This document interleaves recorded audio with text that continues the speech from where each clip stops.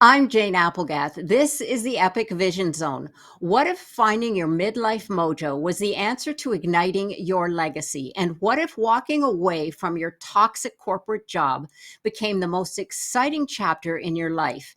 And what if you could have a fulfilling career doing work you love? Betty Fredman wrote, "Aging is not lost youth, but a new stage of opportunity and strength." Brenda Rigney says midlife women are the best leaders on the planet. And if you've climbed the corporate ladder, starting a business is the natural next step in your career. Brenda went from being the COO of an $80 million business to starting a company of one, all while getting a divorce, moving, and raising teenagers. She says it wasn't a coincidence that everything blew up at the same time, calling it a long overdue reckoning that she wouldn't trade for anything. Here's the reframe that she's here to deliver to women. You can build a business and a personal life that is not a repeat of your past misaligned life. And the best news, you're not starting from scratch. Through one-on-one and group coaching, Brenda teaches women to dream about their next chapter without all the what ifs and the shoulds, because that's when things start to get fun. Welcome, Brenda. Thank you for joining us here today. Oh, thank you so much, Jane, for having me on. That was a great intro. I was like nodding my head, going, yeah, that sounds really good. Who is that? I love it. That happens almost every single time. They go, wow, who is that person? I need to That's be something friends with that person. Yeah. exactly. I think every woman needs to do that and then have someone read it back and go, you know what? I'm pretty amazing.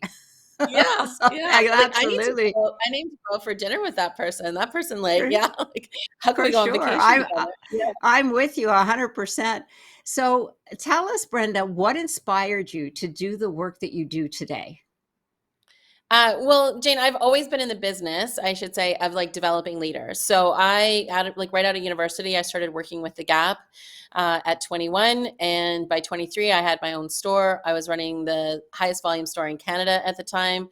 I had like 250 people during like the Christmas holiday season working for me. So for me, it was always about people development and putting in the systems, the operations to, help people be the best that they could be. And the Gap was great at the time because they had a strong philosophy of internally promoting people. And so leadership development was more of a priority than, say, recruiting people to fill, new growth and new store openings. So the success factor of a store manager for me at the time in my early 20s was how many people I was promoting up to store manager. And so I just had to learn all the time about how to work with people, how to communicate with people. When we were starting to talk now about employee engagement, we were already doing that like years ago at the Gap, and just making sure that the average 16-year-old, 17-year-old that was working for us in the store felt that they could come back every year and work for us, and then eventually get into management. So it was just a great Mm. opportunity, and I've always sort of just continued on with that thread of like developing people.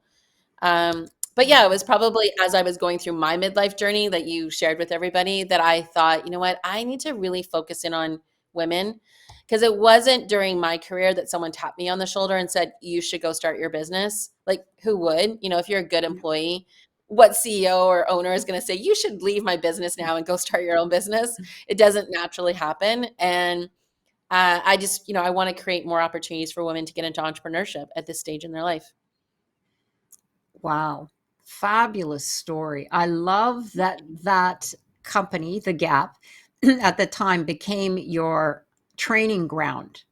And Yes. what a fabulous training ground. At such a young age that you were leading individuals.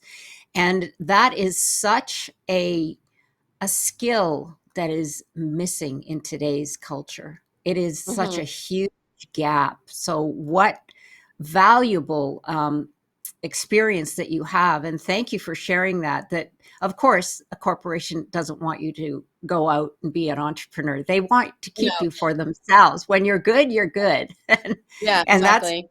that's fabulous. Well, that being said, then, what would you say is the biggest obstacle that women face when restarting their professional life?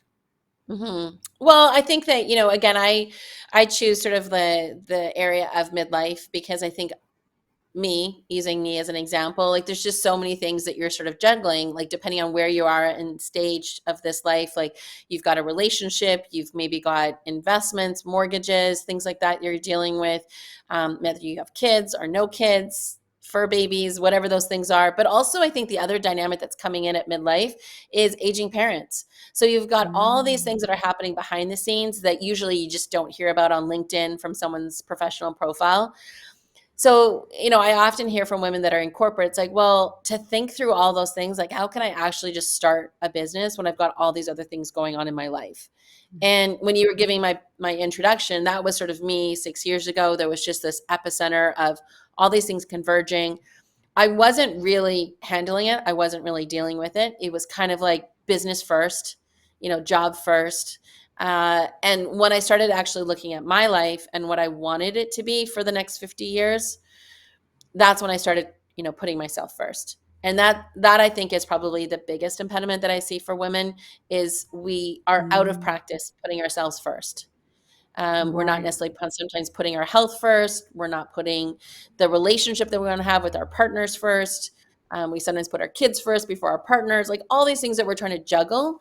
And now's the opportunity. If not now, like when, right? Not like when we're 80, not when we're 90. Like let's do it now when we've got this fabulous runway, to 100 that we can take advantage of. Absolutely. You hit the nail on the head. I mean, yes, you're at midlife. There are many more responsibilities and issues that we have in our lives that we need to deal with. But when you sit back, you still, and especially in today's world, we're living longer. So you've got a lot more life to live. And Yeah. is that what you want it to be? So that's a perfect segue into our next question, in fact, because it's about setting healthy boundaries. And hmm what are the four places that you see to set healthy boundaries? Well, first of all, with yourself. I Mm. think like we're sort of like I mentioned before, we don't necessarily put ourselves first. So we also have to learn how to set boundaries with ourselves. Like, just a case in point, how many times do you hit the snooze button in the morning? Mm. That's an example of like I made a commitment to get up at 6 a.m., but I've hit the snooze button 4 or 5 times. Now it's 6:45, it's 7 o'clock. So can you keep a commitment to yourself? And if you can keep a commitment to yourself, right, that's the teaching of my no is actually more powerful than my yes. And when I do say yes, it actually has more meaning. So there's these principles that I sort of like live behind when I'm setting boundaries. But the first person that we need to learn how to set boundaries with is ourselves. The second is like knowing how to set boundaries with friends and family. Like I think there's a lot of communication out there right now, which is helpful, but this whole like hands up, blocking people, pushing people out of our lives, I don't feel that that's a healthy way of setting boundaries. That's actually just Mm. delaying the inevitable, right? Like we may like avoid talking to our mother-in-law or, our kids about something or handling something with our spouse or a business partner, but it's always just going to come back. And it's usually going to come back at the worst possible time. Mm. So for me, it's more about setting, the vision and for your life and your values, and then informing the people around you around what that entails for them. Like, hey, this is what's changing for me. I had to do that a lot when I was going through my divorce because people are already making up stories like we won't be able to do Christmas the same, we won't be able to do summer vacation the same. And I'm like, hang on a second. Let's Mm. let's relook at the vision that we have for our family, because even though we're not necessarily together in like the matrimonial state, we're still a family, we're still co-parents, we still do things together. Let's figure that out and let's redefine that versus again putting up the hand, avoiding, blocking. Now, caveat, disclaimer, if anyone's in a situation like in a relationship with somebody that is not safe health wise, from a physical safety standpoint, Mm. emotional safety standpoint, do what you need to do.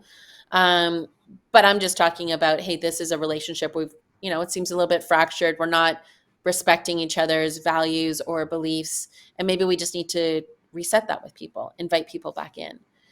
And I think like kind of a third and fourth way is also just know what you're really good at.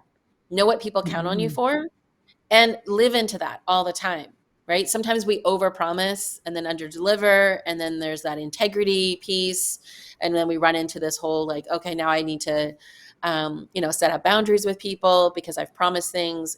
It just becomes this endless spiral. Know what you're good at, know what people count on you for, ask for that, right? Like, go to your best friend. Like, what do you count on me for? What inspires you about Mm, me? What do you think I can master in my lifetime? And then just live into those things for those people mm, versus trying to do everything, saying yes to things that you don't necessarily want to do. mm.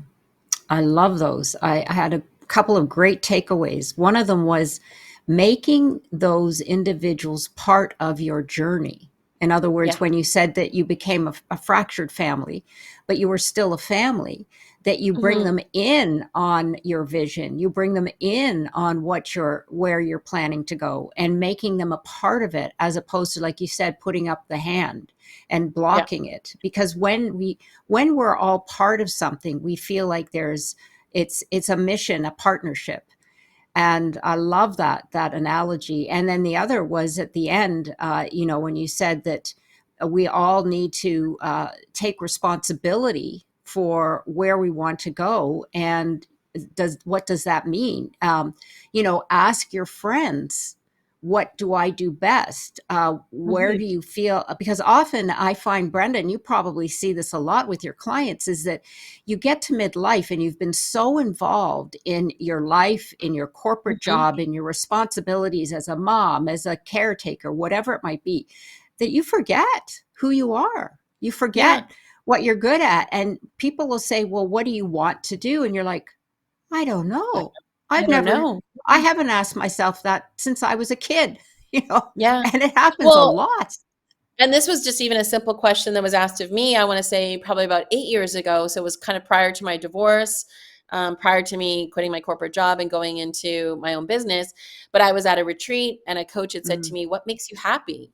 And we were mm, going around in this small group discussion, and I'm like literally counting everybody's heads, going, "Okay, that's 4 people away from me. Maybe there'll be a coffee break. Maybe I'll like be able to dodge this answer because I couldn't answer what makes me happy." yeah. I knew what made my Hmm. kids happy, what made my dog happy, what made my husband at the time happy, my mom, like all clients, customers, team members, but I couldn't answer that question. And it was like I was like literally breaking out in a cold sweat. Mm. That's And not unusual. yeah, and that should be like one of the first questions that we could answer about ourselves. It's Mm, like, I know that these things make me happy. I know that when I'm in this element, I'm like in my zone of genius. I'm in my expertise. I'm in my authority. And this ties back to, because people might be like, well, how does this tie back to business and like me starting my business? Because I think like right now, the differentiator that's going to get your business seen, because we talk about, oh, there's saturation. There's so many people out there in the online space. It's hard to grow a business now. Well, yeah, if we're all talking the same. But if Jane is talking about what she is like an expert in, and Brenda's talking about, she like there's the differentiation right there. And someone is going to gravitate to Jane and someone's going to gravitate to Brenda, and it's all going to work out. But if mm. we all start talking the same, well, yeah, it's hard to figure out, should I buy this can of soup or that can of soup? It all sounds the same. So, this is like basic marketing, right? Procter and Gamble figured this out years ago. But, I think as online business owners, we're making it really hard trying to sell our offer, sell our products or services because we haven't figured out yet what we love, who we are, and Mm. then like just put that out there in the world. Someone is going to gravitate to that. There's 8 billion Y- people on the planet. The odds are in your favor. Right. I love your mindset. That's an abundance mindset. They say never Yes. walk out the door in lack, because that's exactly what you will attract. If you walk Mhm. out in abundance, or in our case now, because we're in such a virtual world, if you get Right. online in abundance, abundance is what will be magnetized to you. So, absolutely. And you have just hit on messaging versus marketing. I am Yes. really curious now about what you mean by start amplifying your message as opposed to, or maybe with, marketing. Let's delve into that. Okay. Yeah. Well, I was actually just talking about it today with a group Yeah. of women that are in my membership. We were talking about, yeah, like there's sales and there's marketing, and all those tactics are great. They've worked for a number of years, PR, all those things. Like, don't toss them aside. But I think at the end of the day, it's like you need to know who you are, what you're about. That becomes your message. When you are clear about your level of expertise and authority, I think that informs your offer. There's sort of like kind of a Mm, four-step process for me. It's like when I know what my zone of genius is, I'm going to create a service or a product that magnifies my expertise, because then I can just do it mm, naturally. Like I don't have to think too much about it. I don't have to like, oh, what am I going to post on Instagram today? I'm just going to talk from the heart about like what I know is true and real about what I do. And then that offer, that service that I'm now talking about that I can do, walking backwards, upside down on a roller coaster, whatever that means, like any day, that's going to then inform the audience that I want to work with, because they're going to see that mhm, legitimacy of like me just talking about this offer. It just comes naturally to me. That's going to inform the audience, and then the audience is going to say, hey, this is what I heard back, or this is what is important to me. They're also going to buy your offer. They're going to give you testimonials, the social proof to say I was here, and then after working with Brenda I got here. And then that messaging that your audience gives back to you just keeps informing your expertise. Like, I'm good at doing these things, I can create these opportunities for people. So then you just keep refining your offer, attracting more audience, honing in on your messaging. It just becomes this perpetual mm. loop. Right. So your messaging really is that comes from the heart. It's who you Yeah, are and what you yeah, do. And it always absolutely. comes back to a Rumi that is one probably my favorite quote, but he says, "Who you seek is seeking you," Yeah, and exactly. that's exactly where the messaging plays a Exactly. part. But a And question then, for you, then, Brenda. Go yeah. ahead. No, I was just going to say, and then you can figure out, should I be on TikTok or Instagram or Pinterest or wherever you want to hang out, go on a podcast. It's like hone in on that messaging first. The Mm, platform, the widget that you're going to use to get that messaging out there is going to change. We know that.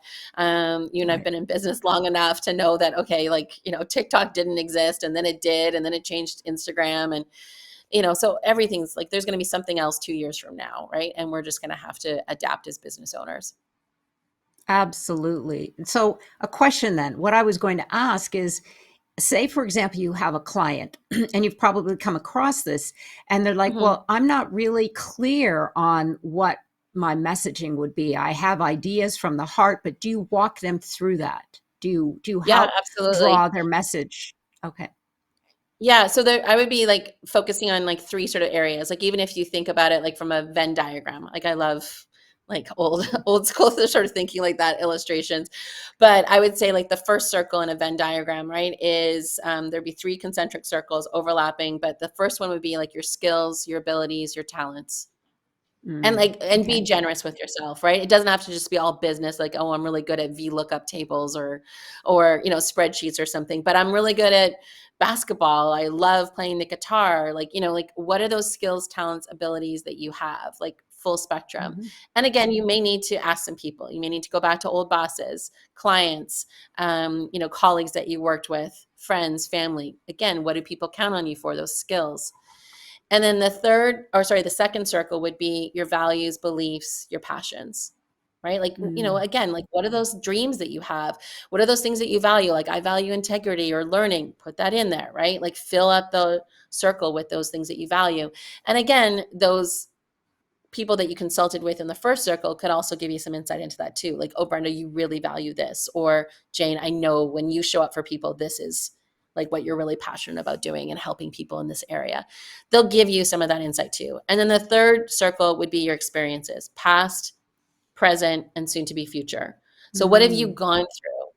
Like, what have you experienced? Like, I was sharing this the other day in my membership. Like, something that I'm known for, yes, I'm known for being a business coach and a people developer.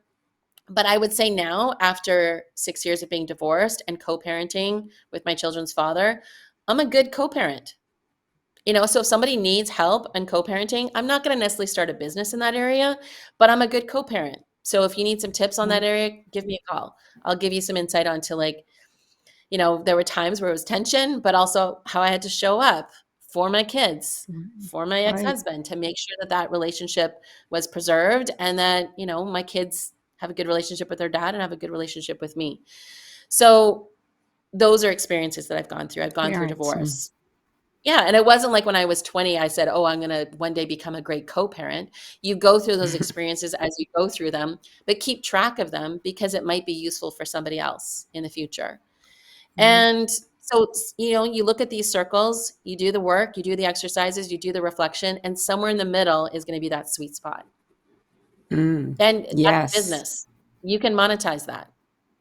You just need to figure out Yes. like, okay, do I want to do like what do I want to do all the time? And does this bring me joy? And yes, like you work with people like myself or other people that can figure out how to monetize it. But just right now, would you like to do this sweet spot in the middle all the time? And if you do, then great. We'll figure out the rest. Mm. I love it. That's fabulous. Well, then what is your blueprint to beat burnout? Once say you've always got your entrepreneurial business up and running, or Yeah. you're doing your leadership coaching and et cetera, et cetera. So give us an idea of a blueprint to beat the burnout. For me, it's like number one is put my body first. Like, I had Mm, to learn that the hard way, and I never did that. In my 20s, 30s, like, no. I'd be working, like, 24/7, traveling 3 weeks out of a month, eating molten chocolate lava cake on room service menus because I deserved it, right? All those things because of, like, the work that I was putting in. So I never put my body first, and I think as midlife women, we have to put our body first. There's so many things that we're going through as far as changes, perimenopause, menopause, hormones are changing, and not all medical providers, not knocking the healthcare systems in our countries, but aren't necessarily ahead of the game and informing us about things that we can be doing. We have to take our healthcare into our own hands in a lot of cases and direct that passage. Hopefully it changes for the next generation, but for right now, it's not quite mm, there yet. So I think that for me is the number one piece in the burnout blueprint is if you put your body first, then you are, making sure that you're eating the right foods that give you the energy to sustain yourself. Because let's face it, at 55, sometimes I don't want to work an 8-hour day anymore, like I did mhm, in my 20s or my 30s. I want to work a 4-hour day. And that's okay. So you can also design your business to go along with your health and your physical, well-being. But that would be my first recipe for burnout, like, to solve the burnout piece is like, I know when I get anxiety or, feelings of tension when I haven't gone through a midday walk. So the other thing mm, that's my part of my blueprint is time block all the things to put your body first. So I don't start my day until 10 o'clock. Like you can't go into my calendar and book something at 8 o'clock in the morning or 7 o'clock in the morning, like my bosses used to do when I work in corporate. I'm like, why do I have a call at 6 o'clock in the morning with my boss? Like, it's like, oh, because I didn't block that out of my schedule. So nothing before 10, nothing after 4. I have a midday walk always scheduled. I always have my lunch scheduled because I never took lunch when I worked in corporate. People mm, would, I'm eating my lunch, responding to emails. Employees would come in, sure, let's have a meeting. Always accessible. And now it's less about the accessibility. It's more about, okay, what do I need to do to make sure that I can get through my week, that I can get through my month. If my business needs to pivot, that I've got the energy, I've got the like chutzpah still left in me to be able to do that, and I'm not dragging myself down. So. mm. Such great information. And thank you for sharing that, because that goes back to the beginning where you said put yourself first. Mhm. When you put yourself first, that includes it is your physical and mental It's well-being. everything. I Yeah, it's mean, the whole package. exactly. Yeah, Yeah. it is the whole package, and blocking it out is key, because let's face it, things happen, and I'm still guilty of that because I tend to be a night owl. So Mhm. I like working late into the night, and my husband's like, "Are you coming to bed soon?" And no, I'm because my brain will be just on creativity mode, and I'm like, I have to do Yeah. this now. But sometimes Yeah, when you're because in I'll the flow, I forget. mean, That's that it just for happens. me, it's like So I'll forget, right? Like brain fog, midlife brain fog and stuff like that. So it's like, yeah, I got to do it now.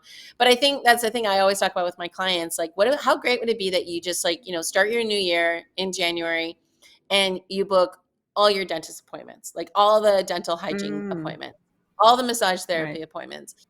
You book your vacations, you book your date nights, you like it's all just in your calendar. And then your clients get access to your calendar, right? But like, you've got those things Mm. in there.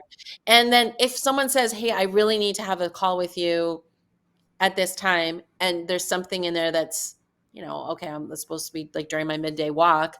Okay, fine. I'll move the midday walk to take the client call, but at least I'm conscious that I'm moving the midday walk.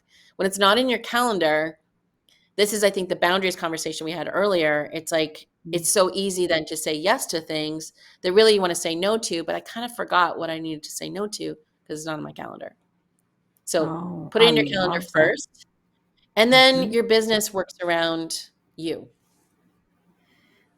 That is genius. And how simple is that? Put it in your Yeah. Put calendar at the beginning of the year. Yeah.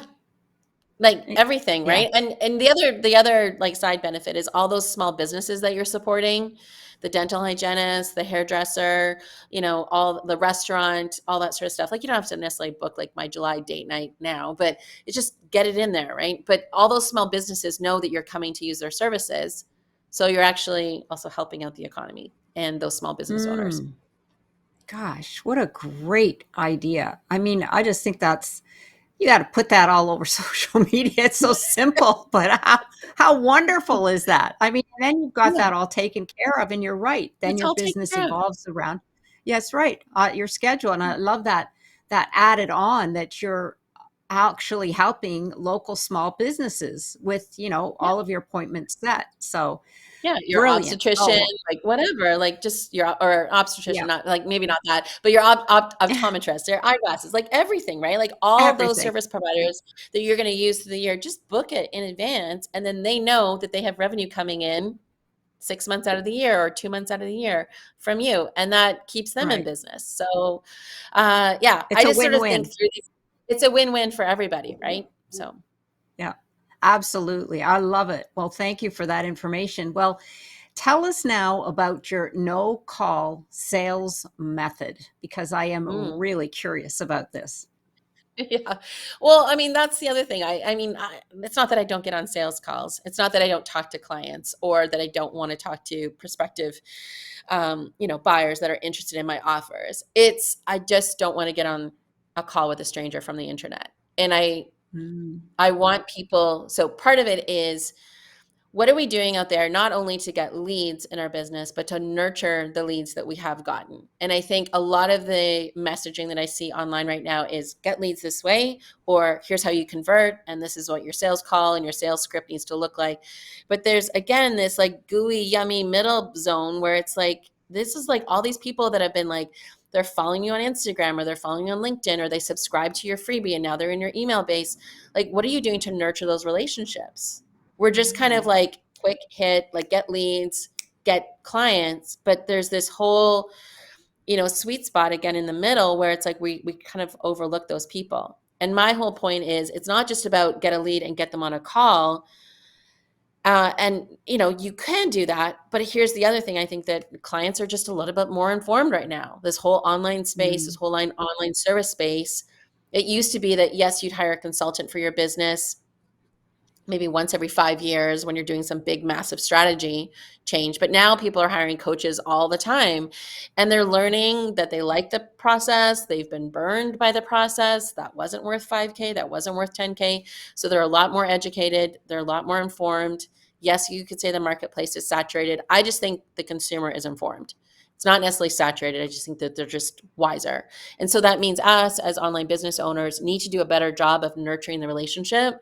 And it doesn't necessarily mean getting them to a call right away, because that's kind of like being on Tinder, swiping left and getting married. Like, yes, people do that. And yes, they have successful long relationships, but not everybody does that. And not everybody wants to do it that way. So I think that's where you kind of need to meet the client where they're at. And they want to get to know you. They want to understand a little bit more about you. That's why, again, I think getting clear on who you are, making sure you're focusing on your messaging, then marketing, will just help nurture those relationships. So the no call sales method is really about being clear on what you offer your clients. And that means not just the product or the service that they're buying from you, but who you are, especially if you're a service mhm, provider. If you're selling them right. a bag, that's one thing. But as an online service provider, like you're in this relationship for maybe 3, 6 months. they may tell you more things than they tell their partner or their kids or their mom. Mhm. So I think like there's this intimacy that's connected there, and they need to get to know you. They need to know whether or not Absolutely. you can be someone that can keep private information. You're going to be like in integrity with them. The process is going to feel smooth and clear. And they'll only get that from trusting you. And that takes a little bit of time. So, but you need Right. to also get clear on yourself. So, the no call sales method, we go through literally how to create a signature offer, how to work on your messaging, how to invite people into your email list graciously and continue to nurture them. And nobody likes the cold pitches. I don't. Honestly, if someone cold pitches me, I typically block them because I'm just like, I don't want to get bombarded with your messaging. Right. So, it's working on that nurturing. And when people build in those processes into their business, I see my clients get to 10K months to get to that reoccurring revenue every month versus I'm just going to do this fast launch, try and get people from here to here quickly and sell them something that maybe they need, maybe they don't need. Yeah. Right. At the end of the day, I'm in business for the long haul. All the brands that I worked with in corporate, like they're still around. They haven't gone out of business. They're still viable. They're trading on stock, on the stock market or growing exponentially if they're a private business. So that's how I just sort of treat my business. It's like I'm here for the long haul. Like we're in this together. And Right. uh, so yeah, at the end of the day, I still do sales calls. But if you don't want to necessarily get on sales calls, there's another way to do it. You can nurture people and still get them to buy your services. Right. Yes, absolutely. It's about being in alignment with the other person. And that Yeah. alignment is the connection. And the only way to find that or to build that is to nurture your communication with them. Find out who they are, they find out who you are. It's just like Hmm. meeting new people. Only now it's, a lot of it's so virtual, but when you go to and before the internet got so big, people would go Yeah. to networking, and networking would be you introduce yourself, you start chatting, and before you know it, you found someone that you're aligned with and you've been chatting for an hour. That doesn't happen online. It's like No. 5 seconds, you got 5 seconds. But Yeah. I You got five totally agree with seconds. you. Yeah. Yeah, well, you've got 5 seconds, you gotta nail it in the sales call because 'cause they're never gonna talk to you again, like, there's all this, like, pressure from the Hmm. potential client, pressure from you, and again, it depends on what your business is. If you're selling shower curtains on Amazon, click of a button, that's all you kinda need, really. But we're talking about, if you are in the online service space, coaching, consulting, people are opening up the kimono, they're giving you, like, they're bringing you into their sacred space, and I think you need to spend some time earning their trust. And this is the shift. If you were in it like 10 years ago, you probably didn't need to worry about that, or 5 years ago you didn't need to worry about that so much. But even the Amy Porterfields are thinking that way, even the Jenna Kuchers, right, the Maria Yes. Forleos, the James Hmm. Wenmore, they're changing their sales process to be like they're doing more master classes, more like opportunities for people to connect in with them than just click the button, buy my product, buy my service. So, Absolutely. Changing with the times. That's definitely yeah, what it is. And actually, we're exactly. going back to what it was because that's how we used to do business is you nurture your Yeah. clients. But let's Yeah. let's I've got a question now about work cycles. What are work cycles, and tell us the activity that you recommend resetting them. So, for me, work cycles is like, especially as a woman, but men can relate to this as well, is getting in touch with your work cycles on alignment with your menstrual cycle. So, for midlife women, depending on where you are in perimenopause or menopause, that might not even be a factor anymore for you, but you're still going through those changes physically. So, just knowing that, like, when I was still menstruating, like I'm full disclosure, I'm like in menopause, so that's not necessarily something that occurs anymore. But I align my work around my physical changes in my body with my hormones. So, if this is, that time of the month, that's not when I'm necessarily launching a new offer, or Mm, I'm going out to a bunch of networking events because I know maybe I don't know, I'm gonna get a pimple flare up or something like that. And I just don't want to. So like, I'm not trying to like diminish it, but I think it's more, or make it like seem like light. But there is a lot of evidence to say when women work in alignment with their cycles, they are Mm, more effective, more productive, more, again, able to show up in that space of authority, in their genius, than say maybe working within the typical like Henry Ford model of 9 to 5, Monday through Friday. And so when I look at it in mm, my business, there are some weeks when I know, depending on where my hormonal cycles are, and if your hormonal cycle is off because you're in perimenopause or menopause, you can also look at the moon cycle, like the lunar cycle, and like waxing, mhm, waning, full moon, new moon, and decide, okay, this is when I want to do more power work, or when I want to do more reflective work, when I want to show up online or face to face with somebody, when I want to just make sure my email sequence is great. And that's where I've noticed just different energy that I bring into my business. And I love my business more. So there, what it looks like tactically is some mm, weeks I'll maybe work 2 days in my business, and other weeks I might work 6 days in my business. Like you mentioned, right. working evenings. I also like working Mhm, evenings. I'm not necessarily like get it done in the morning. I used to be in my corporate days because my bosses would be in at like yeah. 6 o'clock, 7 o'clock. And so I'd be like, okay, I gotta be there before them and pound out at least like 3 new initiatives before they, got to lunch hour. But I find like my mornings are just more like I like to get on podcasts or I like to teach. In the later evening, I like to actually do my work. So that's some of the Right. things that I've sort of recognized. And I think you have the beauty of doing that as an entrepreneur. You can decide when to work. It goes back to the time blocking conversation that we had earlier, blocking out the things and putting your body first.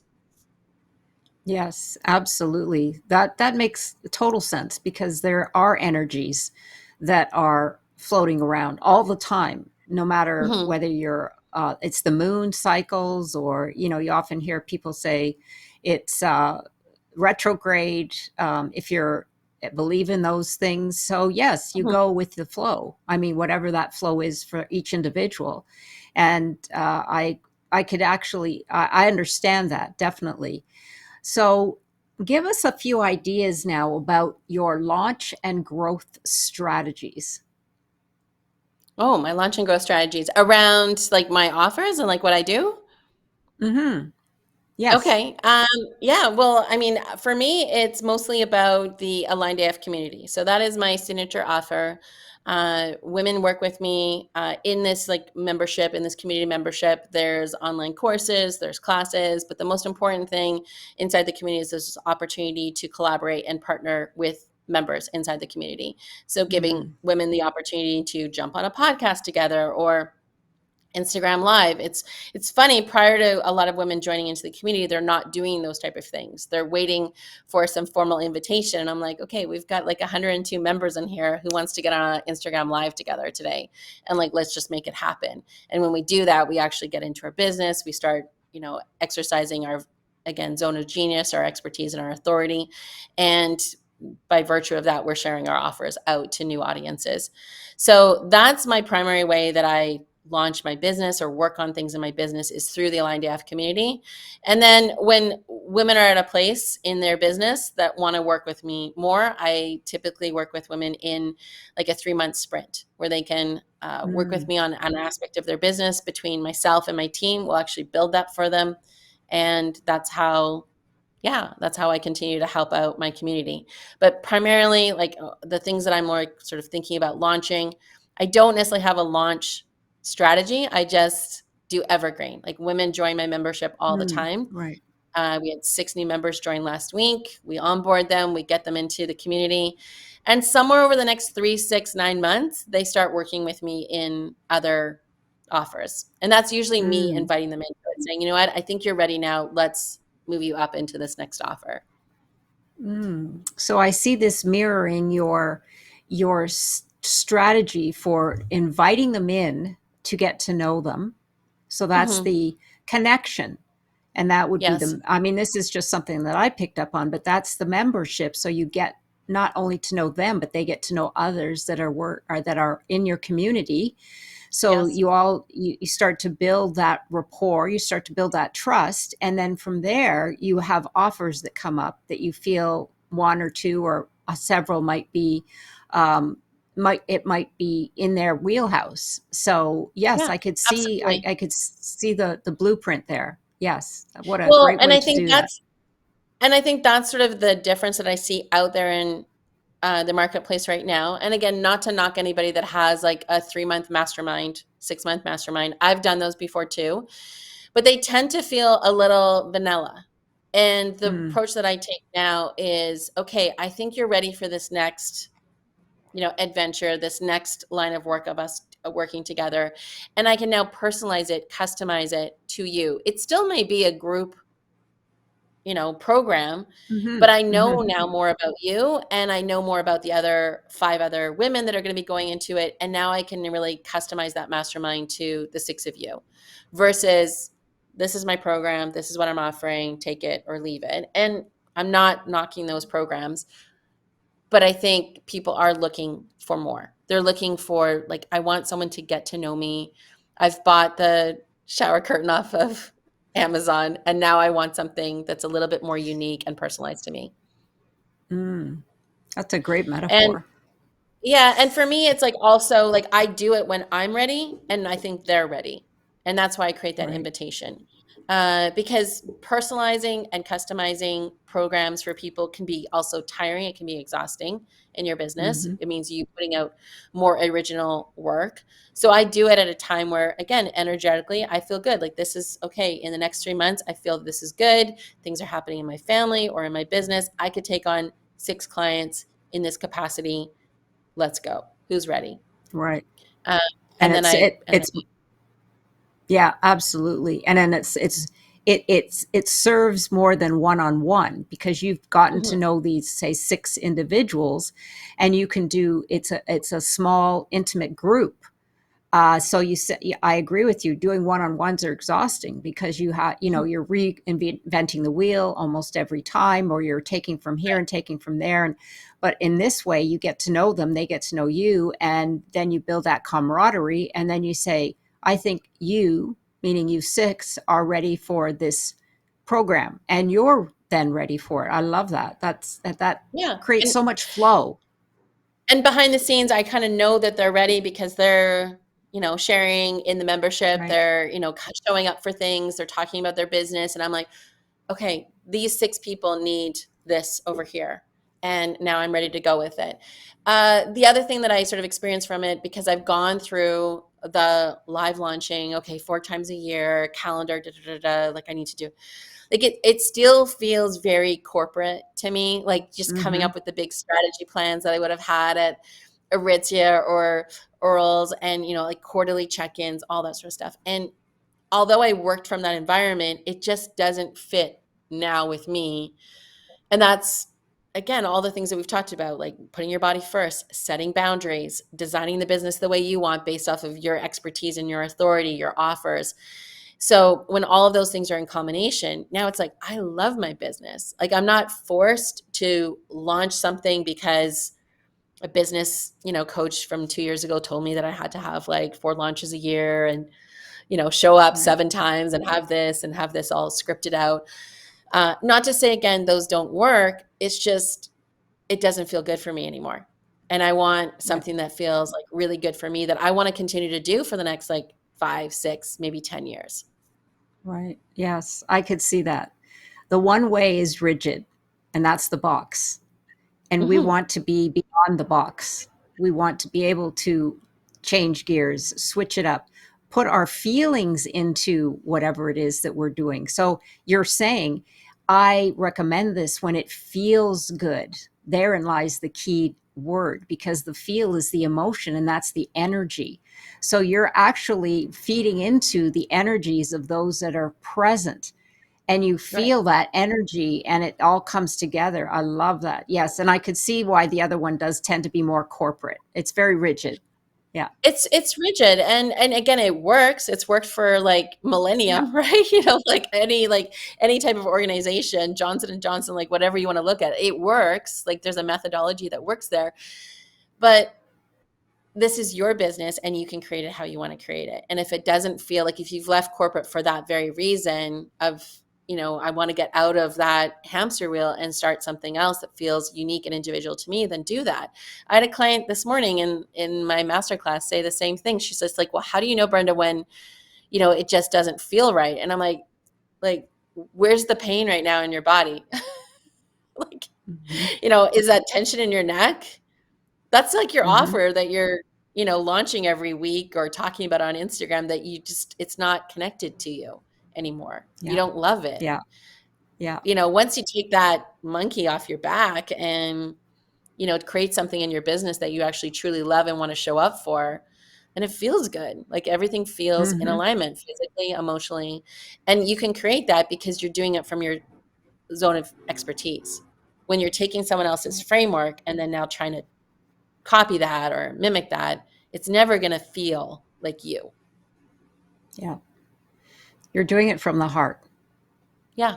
That's what I said to her. I Yeah. said, does it hurt here? Does it hurt here? Does it hurt here? Like, like It hurts that would be everywhere. my, like, yeah, like if it hurts everywhere, then it's just like, that's your sign Bad. to like, but at the end of the day, if anyone's listening to this, I don't want you to think like, oh, I have to just throw my business down the drain and start No. new.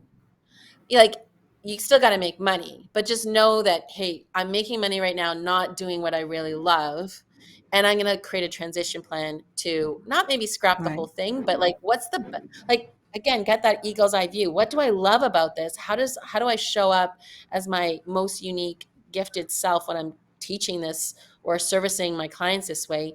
Take the best of it. If it's 40%, great, take it and then build from there. You're never starting from scratch. So, my next question is, why are you so passionate about helping women pave new successful businesses? Mm. Well, I think most of us have heard of the pay equity gap that is prevalent in corporate. I still don't know why they just can't like fix it, but the fact that most women are making 15 cents less than men, and women of color anywhere between 20 to 25% less than men. So for me, it's like, okay, that's definitely something that's happening in corporate right now. So for all those women that are in their 20s, 30s, and 40s, they're still dealing with it. Maybe it's been course corrected. But for us that are midlife right now that are leaving corporate, not only did we deal with a pay equity gap for most of our corporate working career, as I did, now there's a wealth gap. Right. So it's like we haven't been able to invest as much into our 401k plans, or in Canada where I live, RSP plans, or investing in real estate or other investment opportunities. So it's created this wealth gap for us. So it's not just the pay equity gap of 15 cents, but now it's like, well, can we retire? And most average midlife women are saying right now, especially in the US, that they are nowhere near able to retire if they wanted to at 50. This whole freedom 55 thing that we used to hear about when we were teenagers, like that doesn't exist anymore, right? Pensions, all those things have gone away. And so there are a lot of stats out there for midlife women that, we often, like when we get into more sort of those aging years where we're not necessarily working, is that we're not able to afford retirement, healthcare, things like that. And so I really want to change that perception for women right now, is that number one, we may be undercharging ourselves, because we've always been undercharged. We've always been underpaid, right? We don't know, like, and there's stats out there say also, like, there's a man that's running a coaching business right now that's actually making $5,000 more than you or $10,000 more than you because they've always just been paid more. And I'm not doing this to say men or women are better or whatever. It's just more, how can we close that wealth gap for midlife women? And I don't think it's necessarily you have to stay in your corporate job for another 20, 25 years, unhappy, not, feeling like you can do the things that you want to do. But also there's an opportunity when you start your own business that you can close that wealth gap sooner.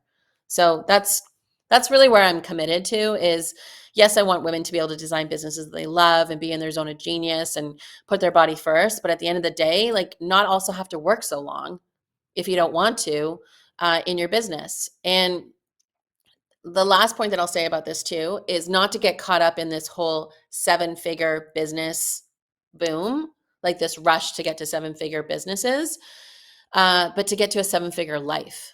And so for me, it's more about like you can actually have a reasonable six-figure business, 100K, 250K, pay your life expenses, pay your business expenses, deliver a 2 to 5% profitability, like profitable business, and then put that profitability into your investment portfolio and create a seven-figure life for yourself. So that's, I'll get off my soapbox for a second there, but like that's really what I want to see happen is that wealth gap get closed and women create a seven-figure life. Because I like honestly, I don't want to have a seven-figure business. I've had business coaches say, no, you need to like do this and have a seven-figure business. I'm like, that means running $1 million business. I need to hire a bunch of people.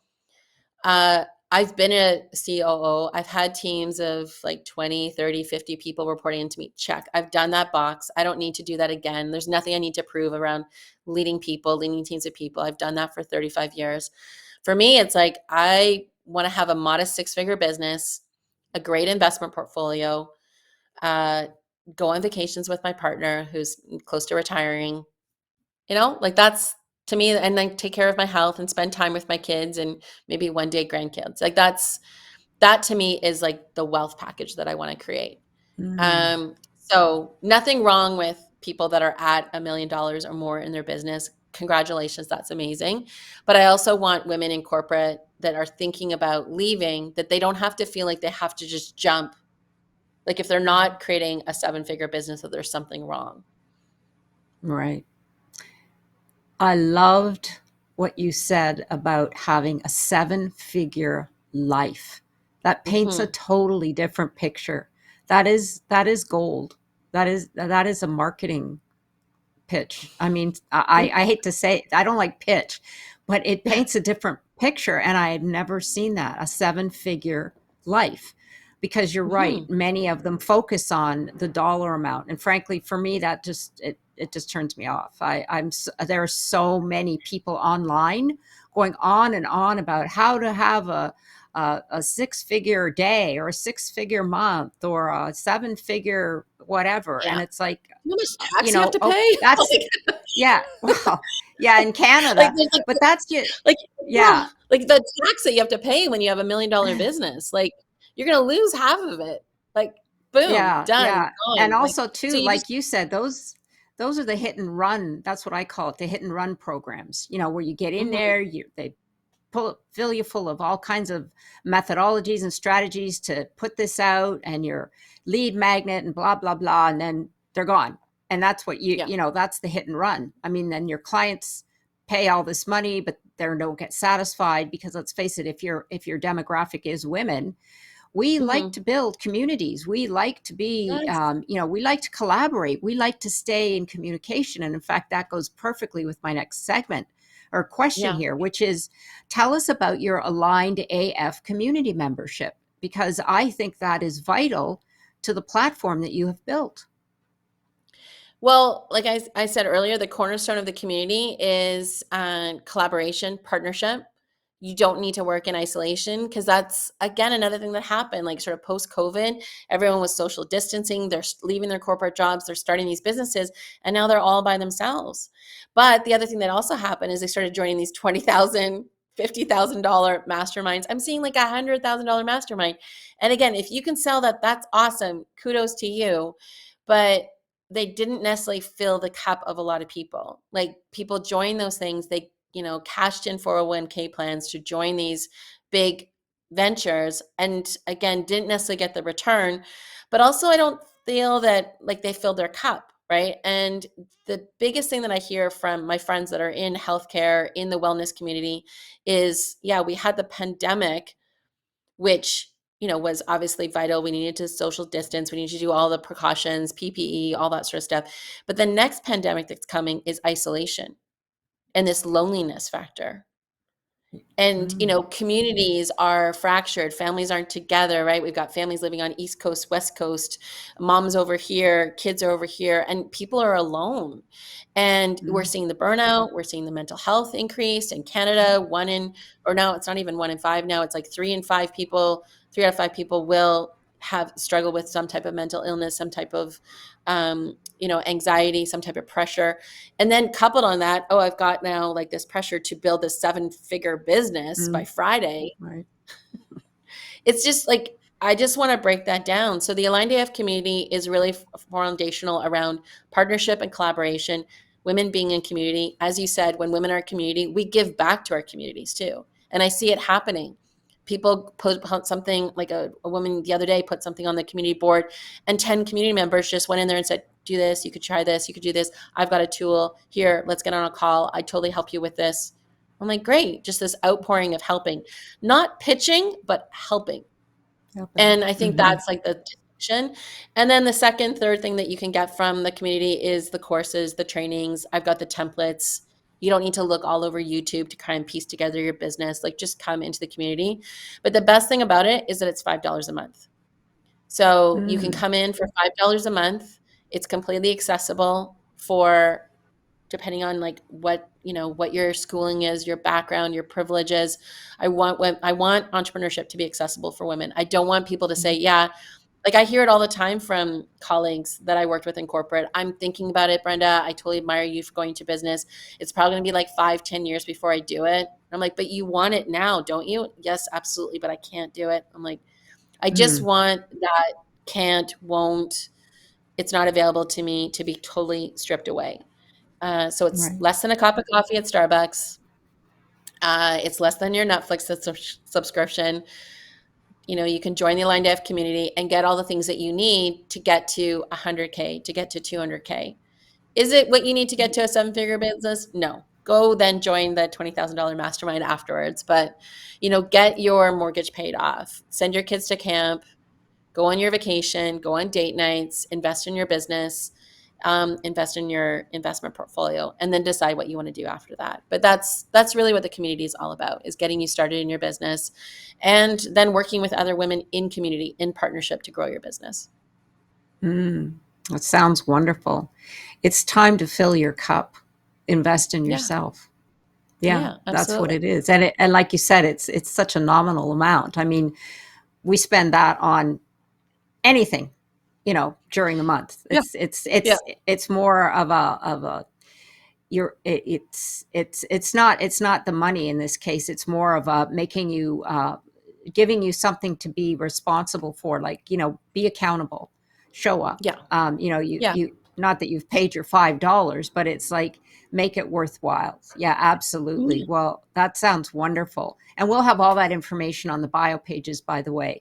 And Great. now I have a question for you here, Brenda. If there was one message that you could share with the world, what would it Mm. be? Uh, I said it earlier, put your body first. I think that's Mm, like, I try and live by that. I don't punish myself if I don't do that every single day, but I notice in my body that, like, okay, if I feel tension, if I feel anxiety, if I feel burnout, exhaustion, any of those type of things, it's like, get out and move your body, put your body first. I think it's the best business strategy, and it always pays it forward for me when I do it. wonderful. I love it because I'm big on that too. Body and mind. Yeah. Body, Yeah. mind, and spirit. I love Mhm. yoga. I'm doing Pilates now. Amazing. Meditation, all of that, all adds up.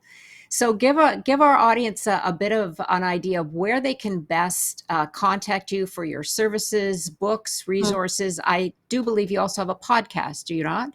I do. Yeah. So I have Mm, the X podcast.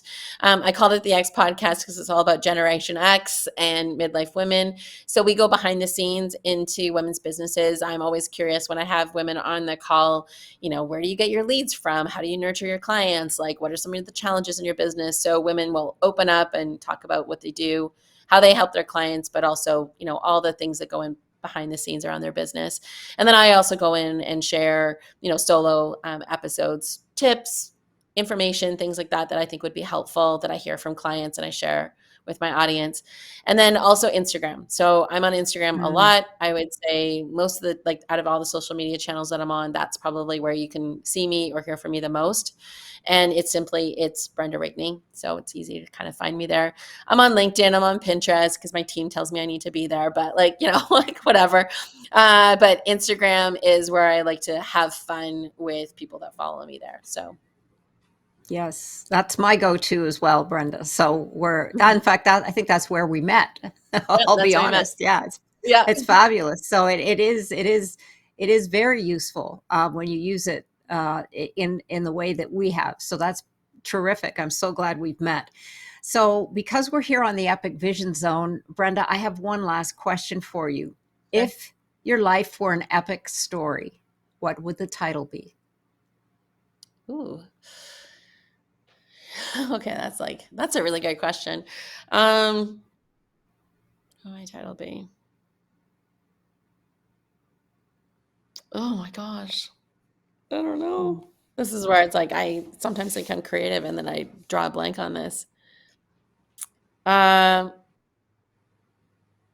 what would the title be? Oh, you know what? I love this movie. I watched it a couple weeks ago. It's called A Good Year. It's with Mm. Russell Crowe, and he inherits his uncle's property in Tuscany. But I think that would be the title of my vision. And it's like it's been a good year. Mm. I love that. It's been a good year. It is a Yeah. good year. Hmm. Wonderful. That Yeah. encompasses all of it. Well, thank you so much again, Brenda, for joining us here today. And once again, for all of Brenda's information and contact information, you can go to the Epic Vision Zone bio pages where you will find her social media and podcasts, et cetera, et cetera. And be sure to follow me on Instagram at Jane Applegath. And don't forget to connect with me at janeapplegath.com, where you can access your free downloads, the Creative Power and Vision Play Sheet. Sending you so much love and gratitude. This is the Epic Vision Zone, transforming your dreams into epic success.